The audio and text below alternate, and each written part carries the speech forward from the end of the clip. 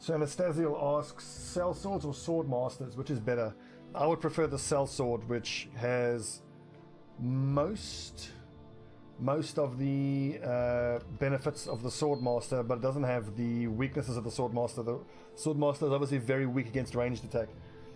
So yeah, today's Tuesday, not a scheduled stream. I've been very bad over the last couple of weeks. I haven't streamed as much as I'd want to, but I hurt my back. I've been struggling with a bit of hay fever, and today's been the first time in a while where I felt up to being able to stream, and I thought I'll just get on the stream. I'm going to stream for as much of the rest of the week as I can. Okay, this shouldn't be too bad on the Stonewatch Tower. Tomorrow night, which is going to be, what date? The 5th. I'm going to play some Hollow Knight, actually.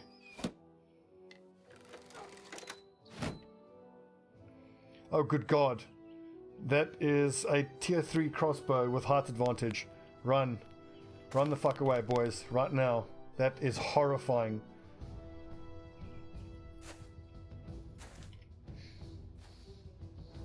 We need them to follow us onto even ground. If they don't, we're going to have to retreat. And then re-attack them and hope for a more favourable bit of terrain. Because this is the absolute worst. We will get torn to shreds by this Arbalester. Fuck, that's scary.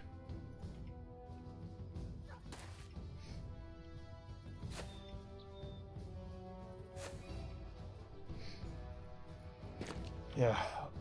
Arbalester on a hill. Nope. Nope, nope, nope, nope, nope.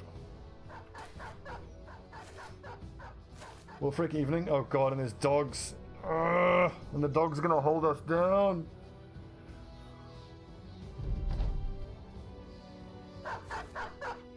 LTG, not really. You can get a general idea of what the battle layout's gonna be. So when it says prepare to attack, there's like a little box that shows a picture, and you can get an idea of more or less what it is based on that.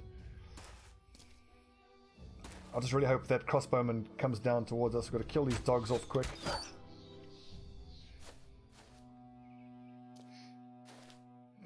This is bad. Quintus is in trouble.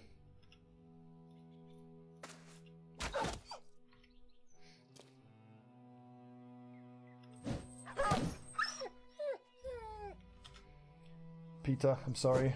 I know this is horribly cruel to animals, but we're fighting for our lives here. Ah! Honestly, I'm so scared of that Arbalest up on that hill.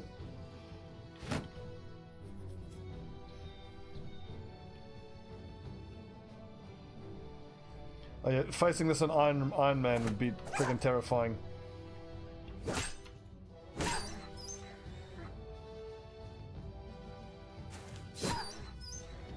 Okay, at least we can retreat now. Oh God, here he comes. I can't watch. Oh, he's not. Is he not chasing us? Okay, I think if we fall back to this line over here.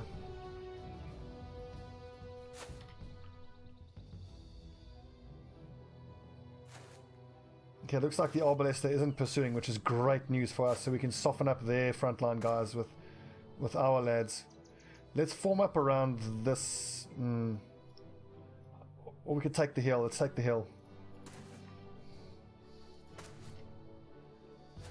So far, I've only seen one Arbalester, but oh my God, can you imagine if it's multiple tier 3 crossbows with height advantage?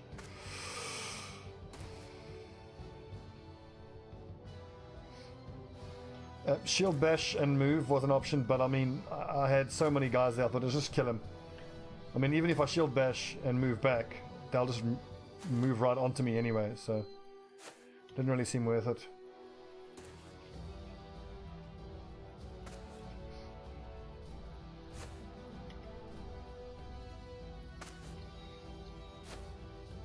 Okay, tier 2 crossbow, tier 3. There's 2 tier 3 crossbows. God damn, that's terrifying. At least if I can get my archers up onto high ground, we should be able to outrange them for 1 or potentially 2 turns. Should we just make a stand here? I reckon.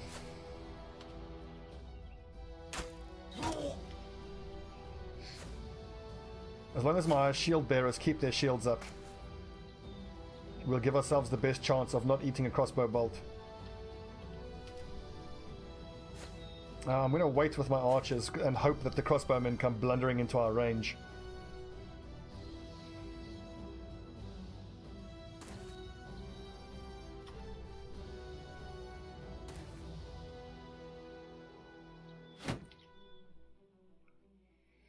Oh god, I want to get my longsword out, but I need to keep my shield up. This is why I want quick hands on my raiders.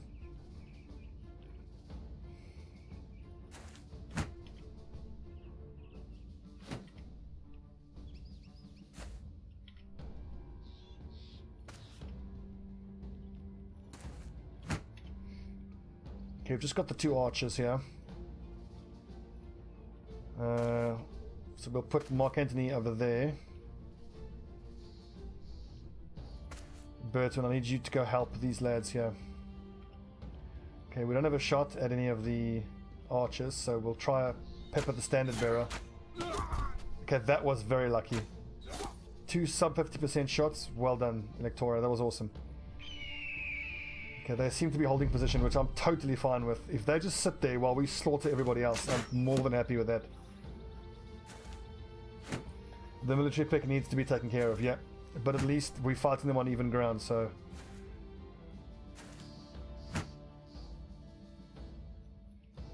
Okay, I don't see those Arbalesters coming into range this turn. I reckon we just take down the standard bearer.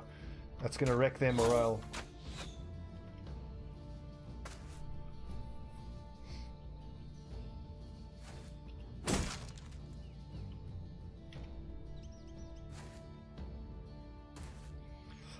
Well, I've already gotten crossbows like that before and sold them. I mean, I'm not going to use them. All of my guys have bow specialization, and we've talked the whole crossbows versus bows discussion to death. But at the end of the day, if you have the ability to use a warbow as opposed to a crossbow, you should be using the warbow. That was actually a waste. I should have just attacked there. I could break the shields, but I've got a 67% chance to hit, so I might as well just go straight through it. Yeah, we'll have Agrippa. 50%. I mean, I can either attack twice or go for the shield break. War crimes von butt stuff. Welcome, thanks for the follow. Welcome to Camelot. It is a silly place, and your name is appropriately silly. Well done. What a fantastic name. I'm not going to go for the shield break here because I won't even be able to follow up with another shield break on the next turn.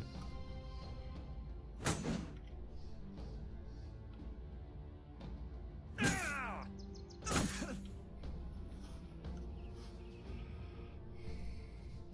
reckon we'll just kill whatever we can here as quick as we can. 60%, 44, 60...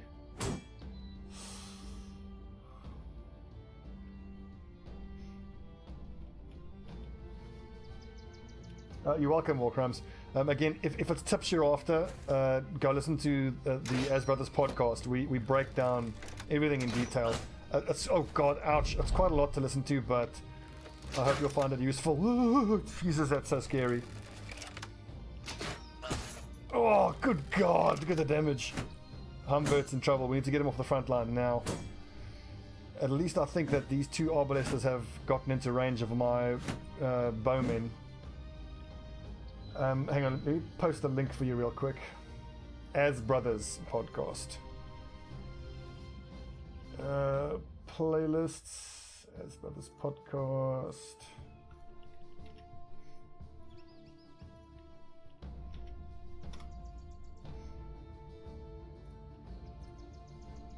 Righto. Oh god, the Arbalesters are out of range.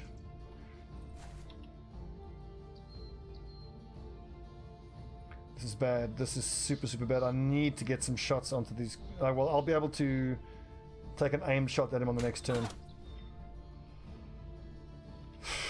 31%, 28%. You know what? I'm actually going to footwork Lars away and see if I can't get stuck into one of the backline guys. Humbert's probably dead.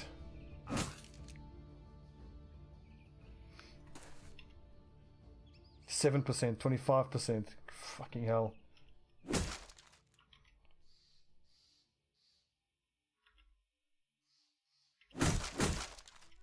It's so tough to get past these shields, man. Look at that. That was 2 Axe Master swings with a fighting axe and 1 Axe Master swing with a long axe, and he still hasn't had his fucking thing destroyed. God damn it. Ooh, that helps. Ouch. Yeah, someone's gonna die, yeah, 100%.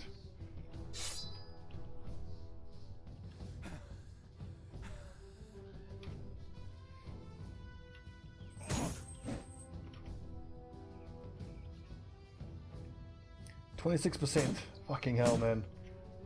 Useless.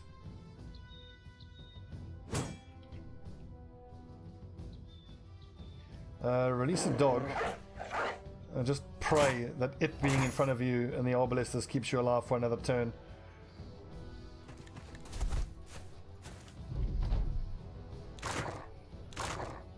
Oh, this is worst case scenario. The arbalesters get another turn of attacking us. Ouch! Oh, the dog survived. No, not for long. Come on, Mark Anthony. Right boss down, boys. One down, one to go. Yeah, the cart shields are so tough to destroy. Oh, now they're going to close into Mark Anthony.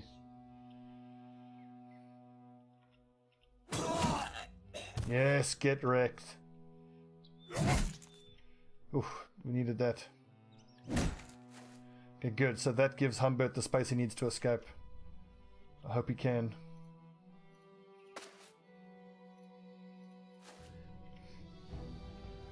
Oh, come on.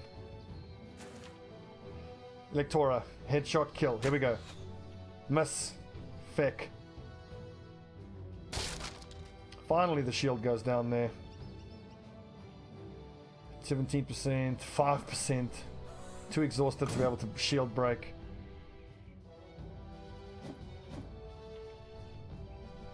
God, these fucking footmen are so tough.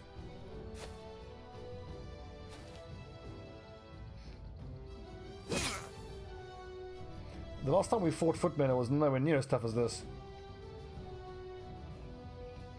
Guess this is a group of badasses.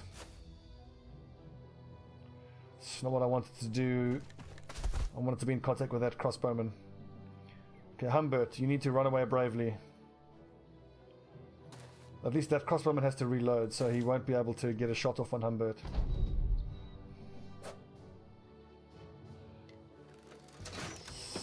Oh!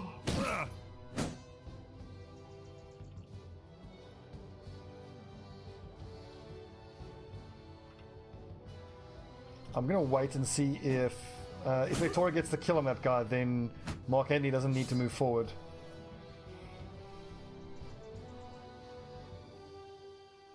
Also, Quintus, I'd prefer for you to be here. Trying to chase down the arbalest is going to be tough. Oh yeah, and the fact that they had height advantage just made it an absolute nightmare to deal with. The fact that no one's died yet is a minor miracle. Electora, 273 shots. Here we go. Okay, so you've taken 3 73% shots. You've hit 1. Unlucky.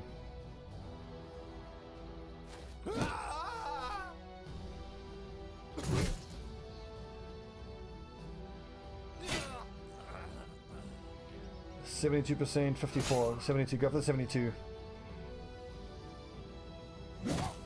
10% and he hit. 10%, that's the thing about 10%, it's not 0.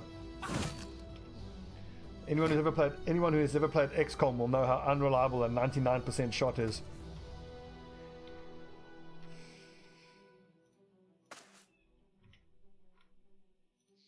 I think just put some pressure on him. Hopefully that'll convince him to run away rather than take a shot. Just like that. Scary.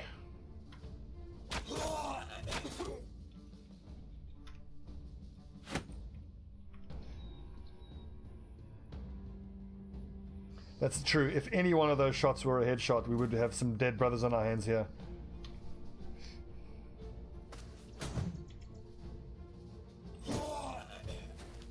Still, it's nice to get a bit of a challenge again. Good lord, we've been doing so well. It's a nice little wake-up call that we aren't that far ahead as we've maybe felt like we were. No, that's a waste. Just attack. There you go. Nice. Okay, just the Arbalester now. Did you see the double 99 miss in Morbiz's Long War campaign? No, I didn't see it, but I can absolutely believe it happened. It's like one of the situations where your soldier is literally sticking his gun in the nostril of the sectoid and misses. Unbelievable. Civ games that made it only 5 and up guarantee. They did research and found even the people understood that only 5 can miss. Still frustrated. Well, the thing is, like, it used to frustrate me to no end, but after playing that much XCOM, honestly, like, if you just understand how probability works, and I think, like, for me, it was watching that remake of Cosmos, you know, the one with Neil deGrasse Tyson, where, or was it? No, it wasn't that. It was Lawrence Krauss's book, A Universe from Nothing, where he explains probability, and he explains, like, even like one tenth of 1% in 1 trillion is a guarantee. It's a certainty given enough time. And if you think of playing, you know, how many thousands of hours of XCOM and how many hundreds of thousands of shots, you know what? It's over. I don't even want to give that guy a chance to shoot at us. I mean, like, those 2 shots would be 2 shots out of how many hundreds of thousands? You know? That can and does happen, is the point. Right, we want that. We want that. We want... Let's see what's worth the most. 912, 240, 550, 206. Yeah, well, sure. I understand how, like, for a lot of people, but, like, I was able to get over that frustration and just accept it, and I feel like my experience of the game is better off for it, and I would only encourage other people to look at it that way as well. So, like, for me, there's a certain beauty in just accepting the fact that sometimes you're just going to get boned by the game. It's just going to screw you over. It doesn't mean you can't get salty. And if you've watched my streams, you know I'll get salty. I have no qualms with getting salty. Okay, wow, the 13th Legion is very beat up. Okay, as an Axe Raider, you need melee defense, you need fatigue, and I can't give you a +1 there. I'll take the +4 over there. Finally, I can give. You've got quick hands. Let's give you brawny. Oh, that helps a lot. Okay, I think we can, now that you've got quick hands, we can invest in a 2-handed axe and have him use it. Or he can even, yeah, he can use the...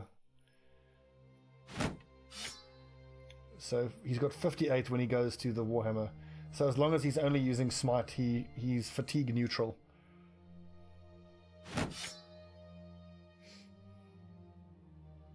Nice. Okay, so we've got our Axe Raider up and running. Humbert is some sort of raider. We haven't decided what yet. I think I'm going to leave his range defense now. I need to give him some more fatigue. I think, yes, I think on the raiders, am I going to take gifted or not? I think I could probably skip gifted in terms of quick hands. Oh no, I said I was gonna give up killing. I was gonna give up killing frenzy at the end, which I think I'm happy with. Ooh, +3, very nice. +4, very nice. +3, very nice. Excellent. He needs some time off though, that is for sure. Let's take a look at the hit points here. 70, 72, 58, 55, 57. I think we put Bjorn on the front line.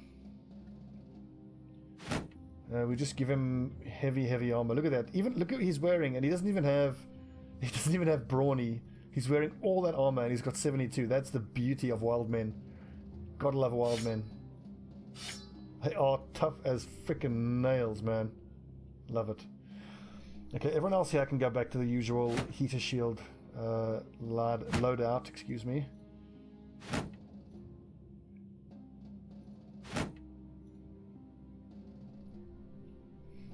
Well, yeah, they've limited memory, but obviously it's selection bias. You're far more likely to remember the misses than you do. Like, I mean, you don't remember the 100,000 95% shots that hit, but of course you remember the 95% that doesn't.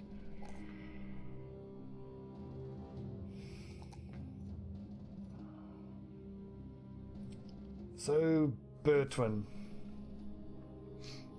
I think at this point, I think I can take him, I can change him from a B team person and just turn him into a pikeman or a war scyther. Okay, he's no longer B team. 65 melee skill, 75 hit points, 74 fatigue is not bad. It's not great, but it's like the minimum acceptable for what I want from a Warscyther. Okay, so that's actually good to know. So we've got a spare raider. Our Mace Master Lucius is quite hurt. So what are the fatigue hit point numbers here? 50s. Okay, we might have to shuffle some armor around. The question is, I think I might actually need to take. Do I take Polar Mastery?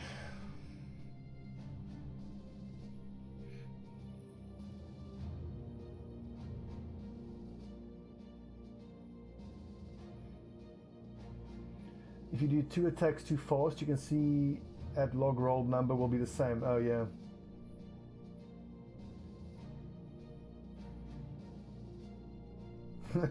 Well, I think I forget what it was, but in season 3 I had some spectacularly unlucky rolls. I had like multiple 90%ers missing.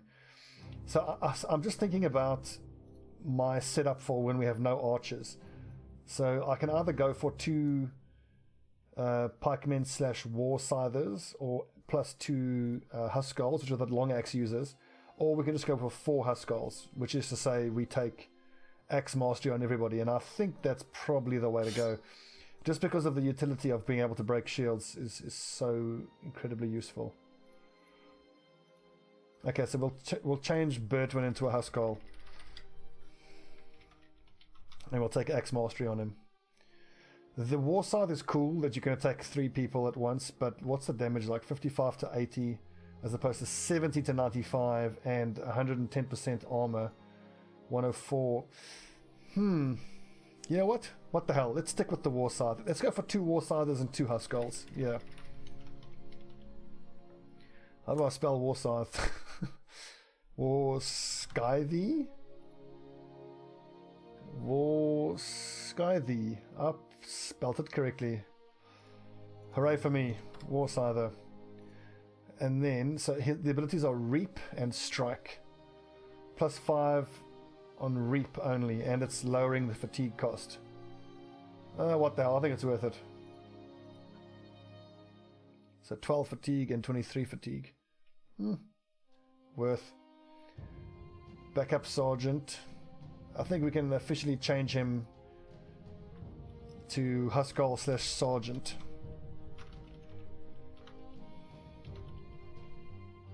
Backup Sergeant, okay. And then Marcus Agrippa's a Huskarl. Humbert's a spare raider. Mace Master. There must be a Huskarl on the front line here then, currently. Here we go. So eventually, this is what the lineup will look like. We've even got a spare frontline person. But, oh yes, we will replace Lars. And this will be our A-team eventually. So, Axe / Warhammer Raider.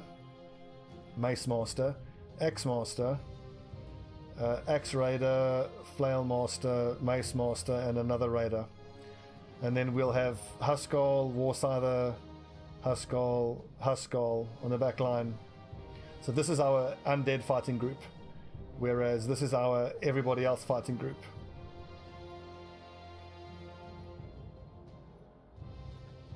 Right, I'm getting confused here.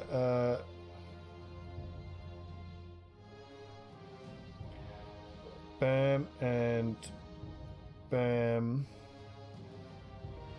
Marcus needs to level up.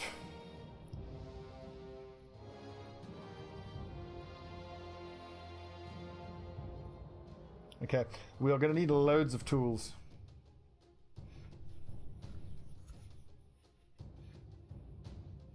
Prefer the bullhooks of all the polearms. Yeah, it's true. Like, I mean, the bullhooks damage and their armor effectiveness is just amazing. But I mean, in terms of damage, we've got plenty from the two-handers. I'm valuing the damage of Reap, particularly because eventually he'll get Berserk and Fearsome. So if he hits 3 targets with Reap, that's triple the Fearsome procs and 3 times more likely to get a Berserk kill. And of course, the long axes, their main job is shield breaking. So the damage is less important than the ability to break shields to allow the frontline two-handed weapon guys to go to work. Whew. Okay, are we going to have enough tools to repair everything? 65 tools, good God. Okay, first things first, run the hell away from that group that's chasing us. We have got 3 days. Let's go to an allied city with a temple, get healed up, and then we'll go destroy that barracks, and then we've got 3 days.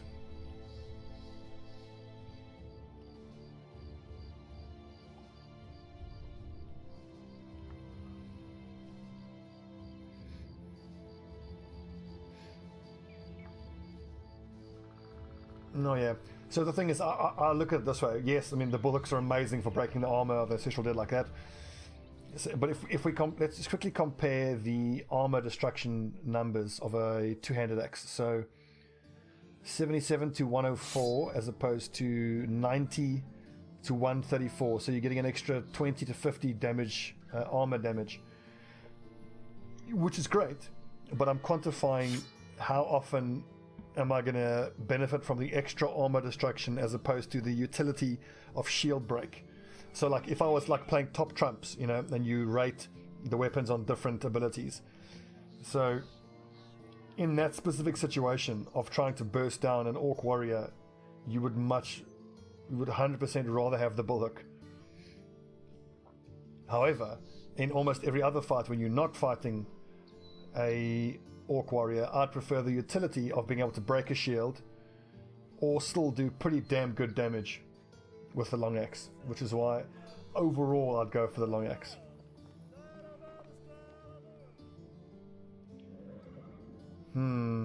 Okay, we need to offload some junk here. This is great that we have these nasal helmets in spare. Can I give it to my war scyther? I think I can.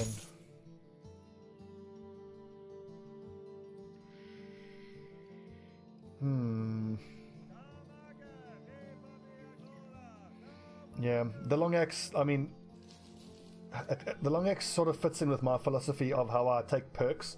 I prefer perks that give slightly less but more reliable benefit more of the time, as opposed to a perk that gives less reliable, you know, it gives a bigger payoff less often. So I'll prefer the smaller payoff more often, because over the span of a campaign I feel like that's more useful. So less reliable damage over less reliable greater damage. Let's see, 1, 2, 3, 4, 5, 6, 7, that's all we need. Heater shields, 1, 2, 3, 4.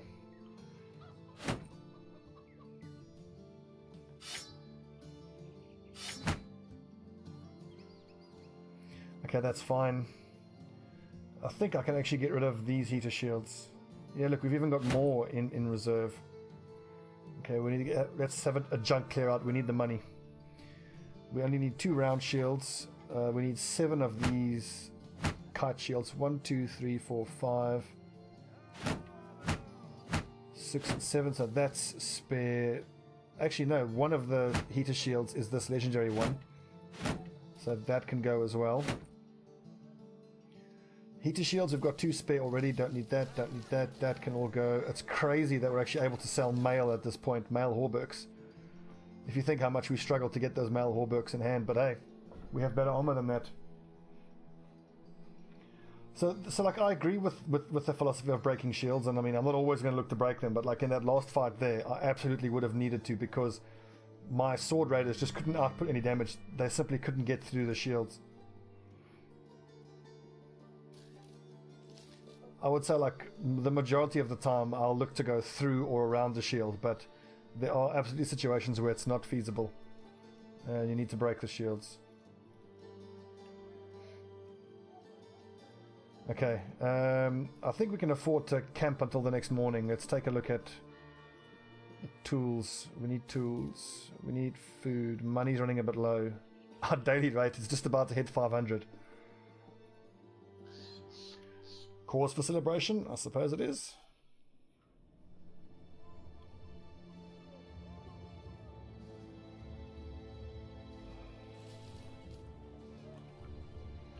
Okay, we're all healed up. I'm going to take a look at the armor numbers. If we're all fully repaired, let's get back out there.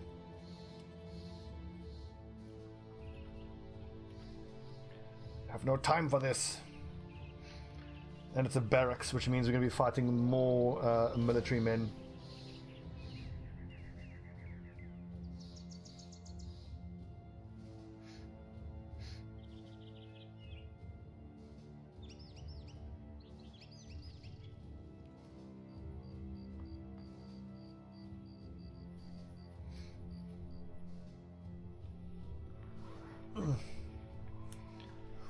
Okay, what are we up against here? Many footmen, some bowmen, some arbalester. Okay, that's actually pretty scary. We're going to need all 4 of our archers for this.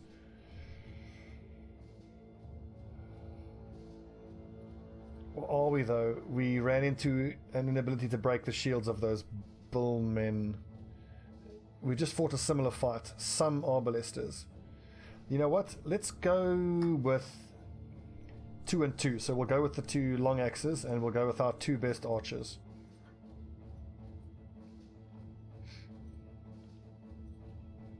So Lars is going to use his long sword, as are you. Quintus, I want you to start with a feral shield out, because those archers are going to be shooting at you. The archers are what I'm worried about.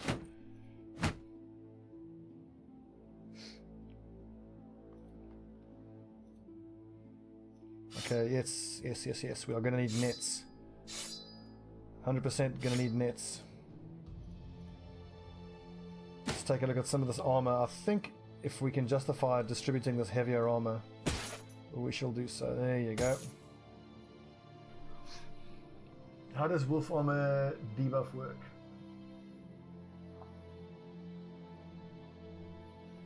I think it's only adjacent to archer. The thing is, I think actually you've hit on a good point there. Like, I mean, okay, great. It'll lower the resolve of whoever is in melee range of my archer, but my archer has footwork, so he'll just footwork away. So let's see, it's 140 armor for minus 13 fatigue, as opposed to 150 for 18.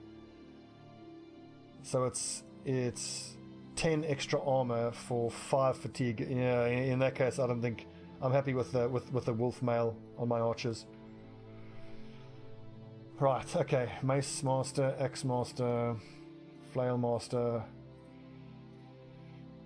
Bjarni the Huskarl. If I had another one-handed axe, I was tempted to give it to him just so he can use it to shield break, but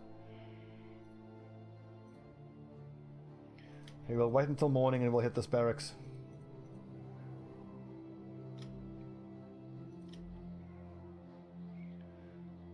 Oh god, I worry about those arbalesters, but I back our two best archers. Some is 4 to 5, 1, 2, that's 4 of them. Happily, there's only 1 tier 3 crossbow. Ouch. The tier 2 crossbows are scary though.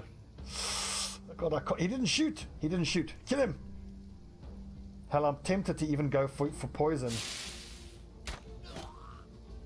And then yes, I'll just use Mark Antony just to poison all their crossbowmen.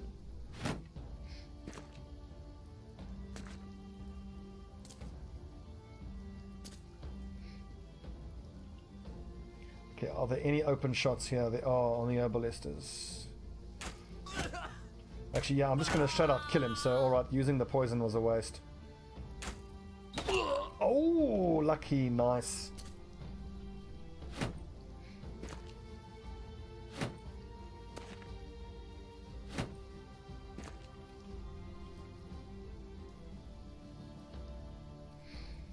Okay, Quintus, keep your shield up. I think our front line is just going to hold where it is for the moment. Until we kill at least 2 of these archers, we're not going anywhere.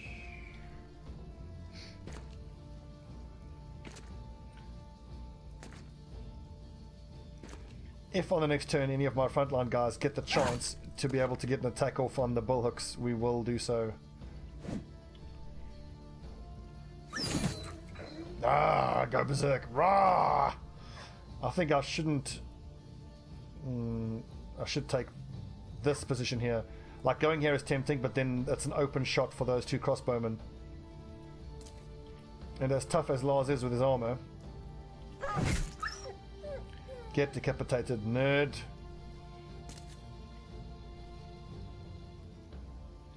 Do I go in here? I think I do. Yes, this is essentially free attacks on... Look at that. It's absolutely worth it. That was a lucky headshot. I mean, it's risky because he's going to be surrounded, but it paid off. Best defense is a mighty offense. Now, Bjarni is only a level 2, so I'm going to use him to try just to run around and put pressure on this guy. Here's what gets scary.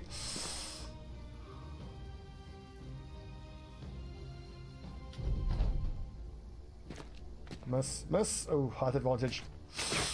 Oh, thank God.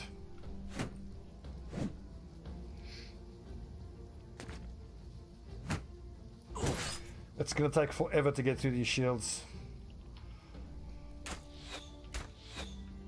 Come on, I need those arrows to hit.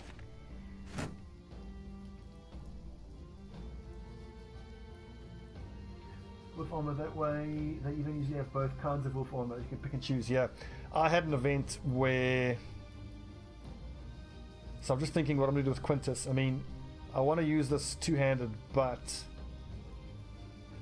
if he whips out his two-handed hammer, he is only going to have 5 action points, so he won't be able to get a swing off here.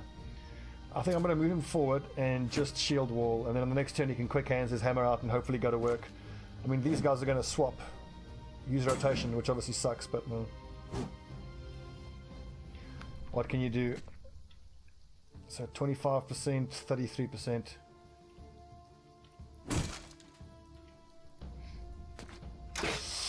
Oh. 45, 62, I'll take that. So all of my backline guys have their range defense leveled up for exactly this situation where they might have to face getting shot at a little bit. Nimble is interesting, but my issue with Nimble is that as your fatigue drops, your initiative drops, and therefore the bonus from Nimble drops as well. So it becomes cumulatively less useful, which really hurts.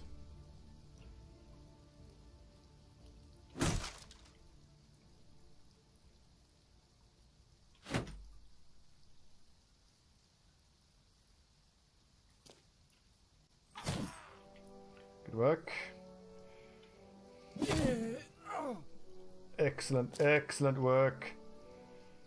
I'm just focusing down the bull hookers whenever I can, and here also earlier it was pointed out to me that I prefer to take footwork on my frontline guys as opposed to rotation, and here's exactly why. He has an opportunity to footwork into melee range with an archer. So unless he has footwork, he's going to get one more shot off, and then he can't use that crossbow anymore.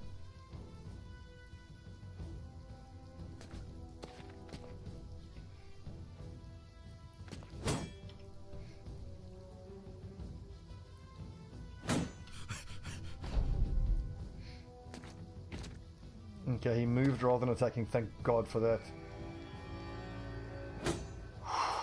Ooh. I thought about Steel Brow. Steel Brow is excellent, but the thing is, like, I weigh the advantages against what skill am I not taking. So if I take Steel Brow, what am I not taking? I much prefer to take a skill that means I don't get hit at all. I mean, like, if I get hit and I take a Steel Brow shot, I mean, yes, that sucks, but yeah, I don't know.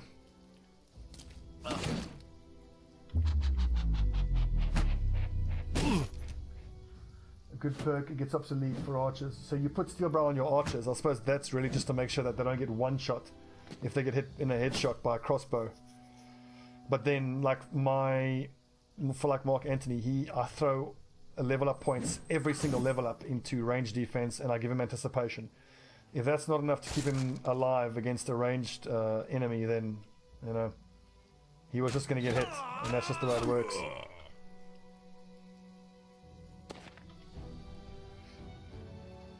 Here's a nice opportunity. Oh, but then he's too fatigued. God damn it. Well, at least he hits, so that's nice.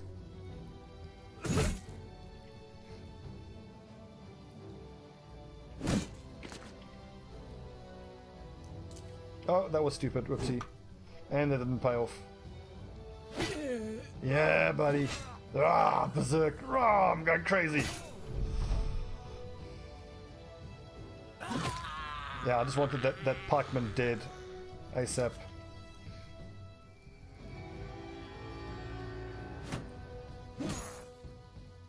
Ooh, ouchie, that hurt.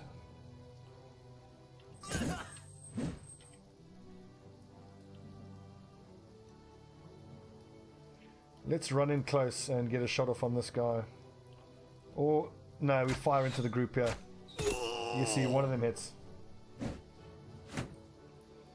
Long as you keep the initiative high. So, but Dying-Cross, so how are you mitigating the way that the initiative falls off with the fatigue? So you say keep the initiative high. You mean what? Keep putting points into it, but like as the battle drags on, you keep using fatigue, keeps dropping the initiative. Like, I have no doubt that you have a good point. I've never experimented with it, and that's one of the things I'm going to want to test on one of my experimental runs.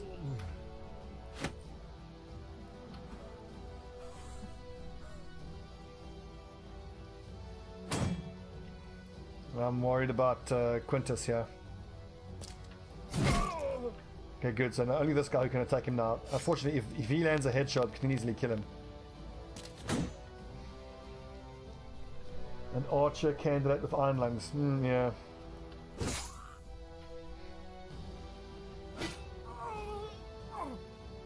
But still having to rely on finding someone with iron lungs. I mean, like, I think we can all agree iron lungs is it's the best passive in the game to get on anybody. I said it before and I'll say it again. For me, like, the dream is to get a wild man that has iron lungs. Can you imagine iron lungs and brute? So he gets extra 5 fatigue per turn and extra damage on a hit to the head.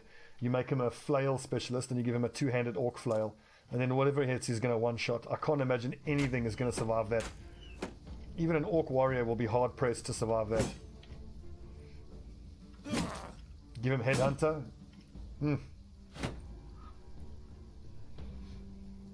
That's also true. Yeah, you make a good point about it's the beginning of the fight that's the most critical. Like, by now the fight's already won. Look, at the end of the day, I've just made a cost-benefit analysis of the skills that I am and aren't taking, and I'm happier with the higher damage output of this build I've given my archers. So as you've seen, my archers are freaking lethal. Let's take a quick look at Mark Antony here. So what keeps him alive is his 30 range defense and his anticipation. So he gets 1 plus 10% of your base range defense. So he gets 4 per tile added to his so if it's 7 tiles away, he gets 4 times 7 plus 30. So minus 58 range defense.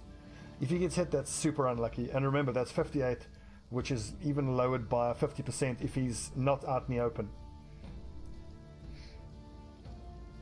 If I take nimble, I need to give fatigue to keep his fatigue down. So if I take nimble, I'm not taking one of these skills. I mean, overwhelm, in retrospect, I wish I hadn't taken on him. I would much prefer to have taken crippling strikes. But I suppose you can make the argument, leave out overwhelm and take nimble instead. Anyway. Regardless, I'm very happy with the way I've leveled up my archers. They do great damage and they have nice survivability. Like, I mean, I saw the logic in overwhelm, but the fact of the matter was, very often, like, I mean, there are other enemies that will act before my archers, and I'm not deciding who to attack based on whose stats I want to gimp with overwhelm. I'm basing who I want to shoot at with my archers on the basis of who's the highest threat and who I have unobstructed shots at. So the overwhelm is nice, but I kind of feel like it doesn't do enough for that perk point. I'd much rather have crippling strikes where I can more often inflict wounds and get that benefit from that.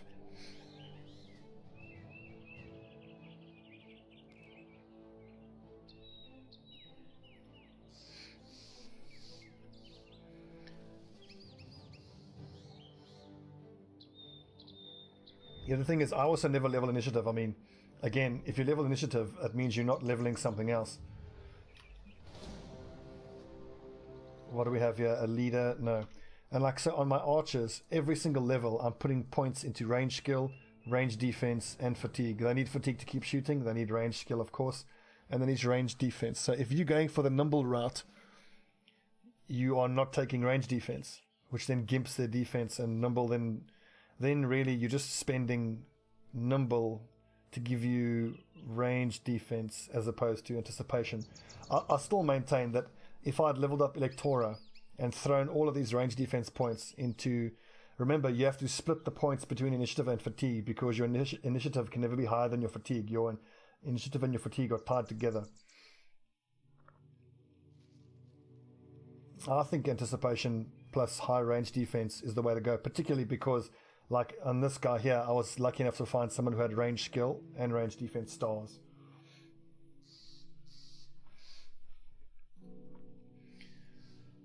Right, these are just veteran levels here. Okay, so Bjarni the Huskal. So here's the big question. Does he need gifted? I don't think so. I think I want to take Adrenaline instead. Based on the fact, look, he doesn't have melee skill stars, which sucks, but he does have Determined, so it's basically plus 10%, which is awesome. Plus 1, puke. Plus 3 is nice. Plus 3 there is nice. This always annoys me about how the way range skill works. Look, no stars in either of them, but of course you get plus 4 in range skill, which you don't frickin' need. I'm just going to take the plus 1 in... Ugh, puke. So bad. Sword Raider, awesome. Finally I can take quick hands on him. And I think Fearsome. Oh, no, I think I need Killing Frenzy. But then again, Lars... Okay, 72, that helps a lot. That's quite a big difference. So Berserk, Fearsome or Killing Frenzy here?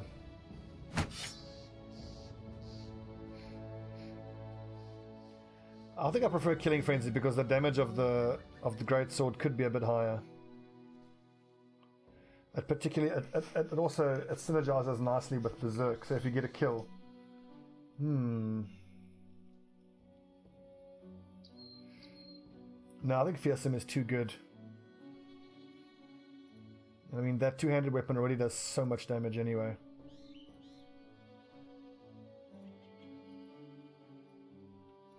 Who here is carrying a dog? Immunity to being stunned, that's very nice. Righto, so we've got a backup War Scyther. Well, I think we can get back in there.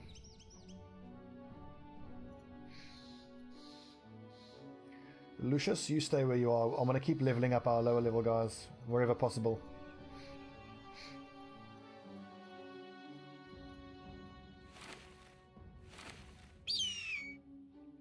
I feel like I need a better helmet than just that. 130 is not enough. But then again, he doesn't have the fatigue. So 58. Yeah, okay. For the moment, that'll just have to do. Hope he stays alive. So now it's just Dahl who needs quick hands. He's already at level 11, so he's never gonna have quick hands. Damn. Okay. But honestly, I think we're gonna replace Dahl and we're gonna replace Lars at some point. Can you post a link? You would need to. I don't think there are any mods in chat at the moment. If you DM it to me, I'll post it in chat.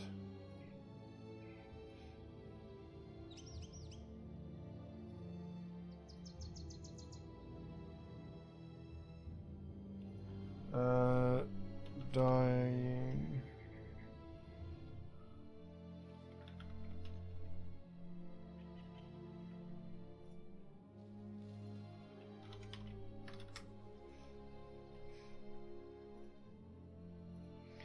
Right, what were we doing? We were about to get paid, I think. Oh, brigands attacking a trading caravan. From Weidenau. Where's Weidenau? It's an allied village, so we're going to have to fight these despicable bloody brigands, but I think we'll do that when we come back. I've been recording for almost an hour.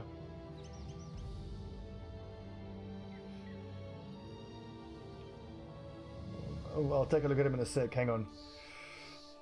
Okay, so good episode. When we come back, we'll defend this trading caravan and go get ourselves paid. We've done well.